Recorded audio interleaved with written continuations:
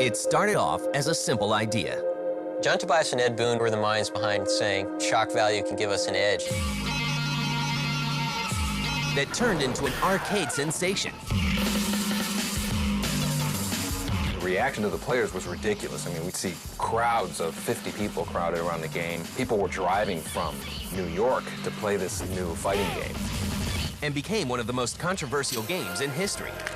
There was concern about these games and members of Congress talking about video games destroying our youth. If you don't do something about it, we will.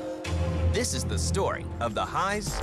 How can you not rip the spine out of somebody that you're playing against and not think this is the greatest game ever? And lows. Mortal Kombat 3 was a bit of a letdown. Of.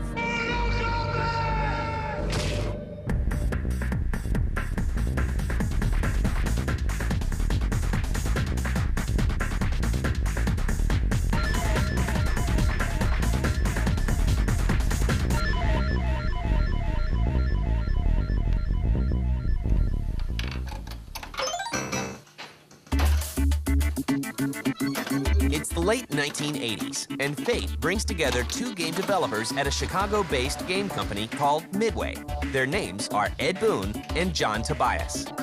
When I started at Midway, Ed Boon was working at the time as a pinball machine programmer. They were starting a video department and hooked up with me, and I started programming a football game called High Impact Football. And I was working with a fellow by the name of Mark Turmel on a game called Smash TV. I was new to video games, and Ed was as well. John and Ed both had a passion for kung fu movies. John especially. They both realized that they had the same interests. John Tobias and Ed Boon were sort of two of the chief innovators on the design and art side in Midway at the time. They were the minds behind saying, shock value can give us an edge in terms of breaking into the market. Soon, the two decide to work together on a new game. So we had this conversation, and when neither of us had really worked on a game with each other, and said, you know, yeah, we should do a fighting game sometime. At the time, Midway had a hardware system that could support digitized graphics, which was fairly new back in the late 80s, early 90s. And we wanted to really take advantage of that. And we thought that a fighting game or something where characters could be represented very large on screen would be something that we could take advantage of and create a game around. They meet with an early setback. We wanted to make, you know, Van Damme, the video game. At the time, I think he might have signed a deal with Sega or something. You know, they said, you know, sorry you guys, but you can't have it. And, you know, Bloodsport, I think, had just come out, and we were all bummed out. But the release of a popular fighting game helps get their project off the ground.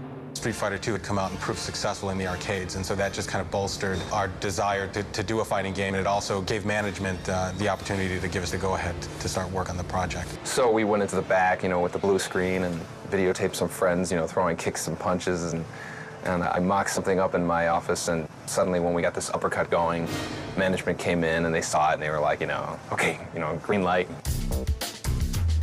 When we started work on Mortal Kombat, because we were digitizing actors, we needed to find real martial artists to work with. And it just so happened that some friends of mine had been practicing martial arts for years and years, and they were very good at it. They were the sort of the go-to guys for us on the first game. So at that point, it was like, you know, a three-person team, and my job was going to be basically doing backgrounds. John Tobias would be doing the character work. John would design the characters and what they look like, their costumes. And Ed would be doing the programming. And I was kind of like, how did the game play? How quickly were the controls responsive? And what were the secret moves? And then later on, you know, as the game was getting nearer to completion, Dan Forden came into the picture and started doing sounds for the game.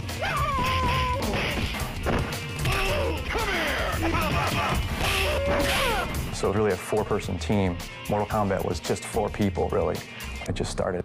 Mortal Kombat is underway, but with established giants like Street Fighter II, will the team at Midway be able to make a game that can compete?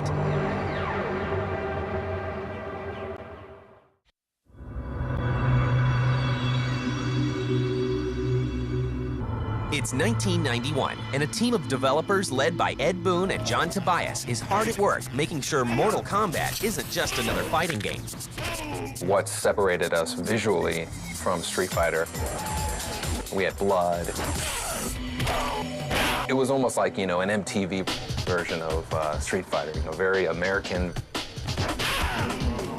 Street Fighter was really like a hand-drawn kind of cartoon, and Mortal Kombat's like digitized graphics, but kind of hand-painted on top of the digitized, so there's a polished, digitized look. It had a unique look to it. One of the first things Midway does is create a story with a distinct cast of characters. Mortal Kombat really started out as like this whole tournament thing. It's kind of like very similar to Enter the Dragon. The whole storyline just seemed a little bit bigger than a normal video game, and just something you could relate more, get more into it than a normal fighter. In Mortal Kombat, they really spent a lot of time developing kind of mythology about each of these characters and their backstory. The characters in the game are really well defined. Just the way they acted and sort of the way they looked, each character really had its own kind of sensibility to it. Each character has a real repertoire of moves that makes sense for that character. I think you easily found a favorite character when you played that game. The Jean-Claude Van Damme idea didn't pan out. So we already had this character that was kind of dressed up like he was in Bloodsport, and that's kind of like the whole Johnny Cage thing. There was a character in Big Trouble in Little China, this guy with a big hat and electricity and stuff, and we were like, we gotta make a character like that, and that's where Raiden was born. Liu Kang is kind of a hybrid of Bruce Lee and a couple other martial arts stars that we've seen. And then Kano was this guy with this metal eye patch, and I think Terminator 2 or something had come out recently, and we said, okay, let's make a guy whose skin is peeling away. We ran out of memory. We had to have two characters with only one amount of memory in the game, so we said, let's make a yellow ninja, tint him blue, and we make another character out of it. We came up with Sub-Zero and Scorpion. Then our CEO said, no, you gotta add one more character, put a female character in the game. Sonya wins. I said, oh, let's call her Sonya. And we threw her in the game, and all of a sudden, we had our cast of 7. But what truly sets Mortal Kombat apart from other fighters is also what will make it infamous. Street Fighter had this feature where a guy would be dizzy,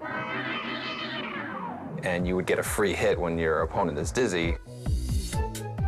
And I hated being the guy who was dizzy, but I loved being the guy who would make somebody dizzy. So we moved that part of the game to the end of the round, and we said, okay, now just give him a big uppercut at the end. And somebody said, wouldn't it be great if you could, just tear their heart out? So fatalities were introduced in the first Mortal Kombat. Sub-Zero could rip the spine out of a character. Sonya could have a kiss of death. People always remember the fatalities in Mortal Kombat.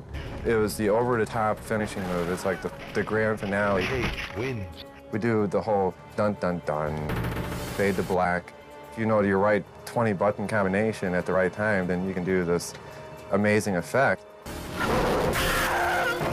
And then the whole thing is like, wow, how'd you do that? And that built the mystery, and the mystery got the fans' attention and kind of snowballed from there. It's a lot more fun to beat your opponent by throwing them to the spikes, as opposed to just saying, game over, I win.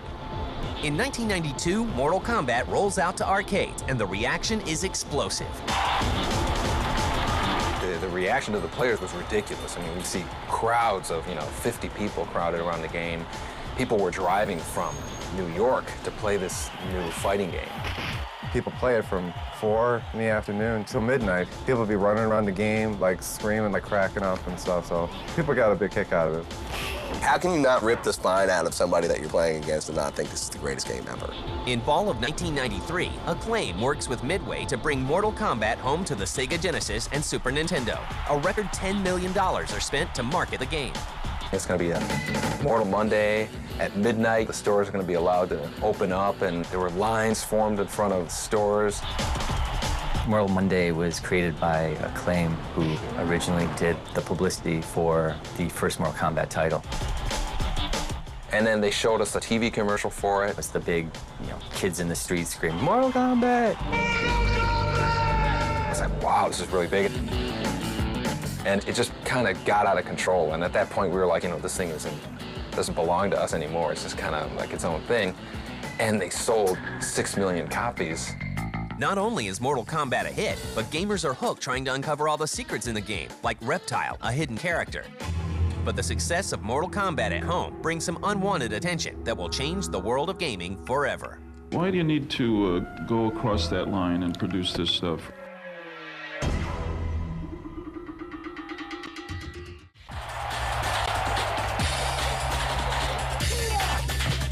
By 1993, Mortal Kombat is a nationwide phenomenon.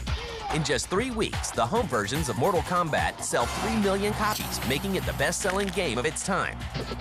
But the very thing that makes the game unique also gets it in trouble. The fact that there was blood in the game was sort of this big controversy. And I remember when Mortal Kombat first came to the home console systems, Sega Genesis and Super Nintendo, and Nintendo wouldn't even let them have blood in the original Mortal Kombat game. We were told by Acclaim that, Nintendo was not going to allow it. It's their system. They had an image that they were really upholding, and they did not want a game that had blood in it, let alone fatalities. Acclaim said, oh, let's make the blood gray and it'll be sweat. But fans aren't happy with the decision, and Nintendo pays a high price for it. I've actually heard some people say that that was one of the things that helped Sega overtake Nintendo in that whole console wars, because the Genesis version was outselling it like 3-1. The Super Nintendo version actually looked better. The Genesis version was more realistic and actually played better too. But the controversy doesn't end there. Mortal Kombat becomes just one of many violent games that are targeted by concerned parents and politicians. There was concern about these games and members of Congress talking about video games being the sort of decline and fall of Western civilization and destroying our youth and leading them down the path of no good. I hope you walk away with one thought today, that if you don't do something about it, we will. And the industry felt that we needed to respond in some way, in a proactive way. They wanted to get some sort of a rating system, and there should have been a rating system in place. I think the rating system is necessary. It's just like an R-rated movie. But that was like kind of the cause of that whole thing, was the fact that it didn't have a rating system in place. The controversy over violent games such as Mortal Kombat play a big part in the formation of the IDSA. The IDSA formed back in late '93, early 1994, and we felt that it was much more productive for the industry to self-regulate. I think the controversy actually, it didn't hurt the sales by any means. I think it actually brought more attention to it. The Mortal Kombat dynasty continues with the release of Mortal Kombat 2 in April 1993. Mortal Kombat 2 totally improved over the original title. Technology improved. We got to make the characters look a lot more realistic than the first game. The storyline actually got to be more involved. Outworld was created during MK2. More popular characters were introduced in MK2. Jax was introduced. More fatalities were introduced. It just looked bigger, more colorful than the original. Fans just, till this day, MK2 is still #1 in a lot of players' eyes. And when MK2 heads to the home market, Nintendo keeps the blood in the game. The Mortal Kombat craze peaks in 1995 with the release of Mortal Kombat the Animated Series and the first Mortal Kombat movie.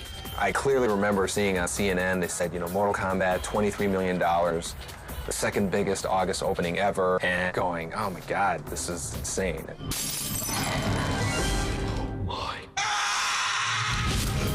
That same year, Midway releases Mortal Kombat 3. Mortal Kombat 3 probably had the toughest time of all the Mortal Kombats because it followed 2 climbing games in terms of features. We really wanted to add something to speed up the fighting, so we added the run button. And the run button let you kind of dash in there and get a bunch of hits in there.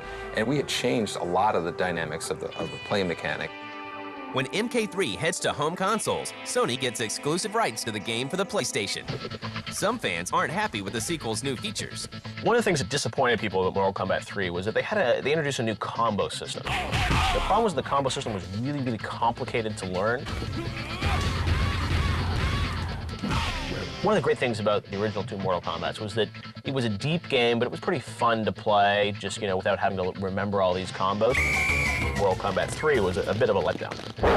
In 1996, Midway releases an updated version of Mortal Kombat 3 called Ultimate Mortal Kombat. Midway plans to take the franchise in a new direction with Mortal Kombat 4. But will it be too much of a departure from what made the series a success?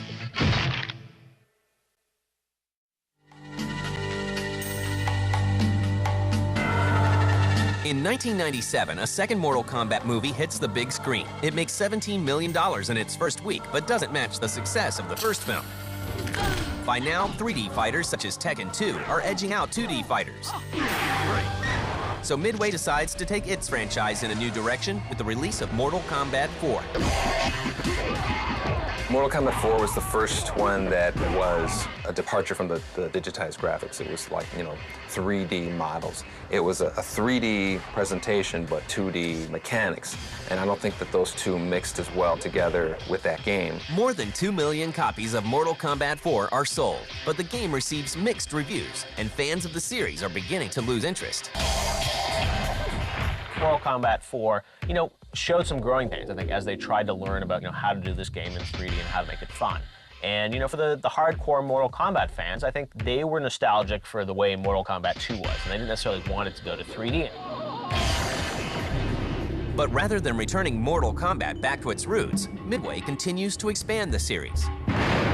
Mortal Kombat mythologies. And Special Forces were side projects of John Tobias. John wanted to work on an adventure game, and he kind of led that whole project.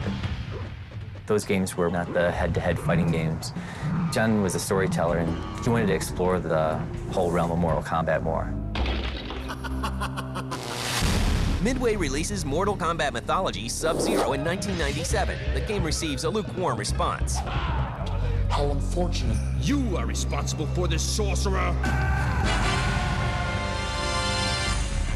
With Special Forces, we wanted to introduce more of a adventure type of game. It's panned by critics as one of the worst games in the franchise. 2 years later, John Tobias decides to leave Midway and start his own company, Studio Gigante.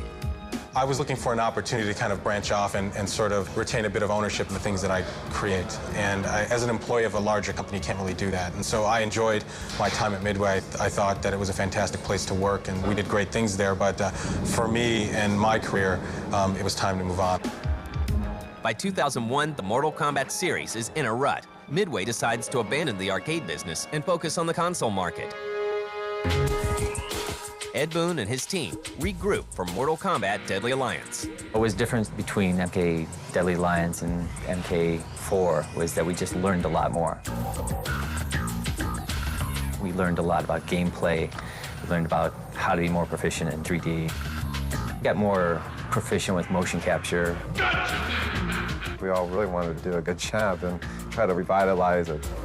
Deadly Alliance comes out exclusively for home consoles in 2002, and for many fans, it revitalizes the series. Mortal Kombat, of course, made a surprising comeback. I don't think anybody quite expected Deadly Alliance to be as big a hit as it was. It was a multi-platinum seller. And in October 2004, Midway releases Mortal Kombat Deception. It's a 3D game, but it still has that classic Mortal Kombat kind of feel to it. I think people are going to look at this thing and go, wow, Mortal Kombat's more than just a fighting game. We've really enhanced the fighting engine with our backgrounds, giving them as much of an influence on the outcome of the fight as possible. This is the Dark Prison background. We're now looking at the death trap. You're not going to survive that. You can actually knock somebody back into this background here. You see him knocked down to the bottom. There's a weapon that you can grab. So it's a lot more of an immersive experience. It has the fighting game, it has a puzzle game, it has a board game, and then we have like the single-player conquest adventure mode. So all of these kind of mixed together, put it online. We're really excited about just how much stuff is crammed into this game. After Deception, there will definitely be another Mortal Kombat. We'll push it as far as we can go. No matter what the future brings to the Mortal Kombat series, there is no denying its effect on the world of gaming. It is fun to see Mortal Kombat still sort of there as one of the top products. It's the third or fourth biggest franchise in the world. I mean, it's a multi-billion-dollar with all the movies and the TV shows. To Ed's credit, you know, he's still there. He's still very faithful to the franchise that he built. Mortal Kombat has always tried to be just the most outrageous, fun experience for the player. That's why the fans keep coming in droves to play his games. Outstanding. It all started with Easter eggs. Before you know it, I couldn't get enough of God mode. When I don't punch him in, I get a little weak. I thought you were supposed to go backwards in Pitfall. I can't even make it through 2 levels without infinite ammo. I can't remember a time when I didn't use codes. They made up the codes, I just used them. No one's gonna find out. Get the latest cheat codes and walkthrough strategies for Grand Theft Auto San Andreas. Write the homie to see if you got what it takes. Cheat season premiere, Tuesday night at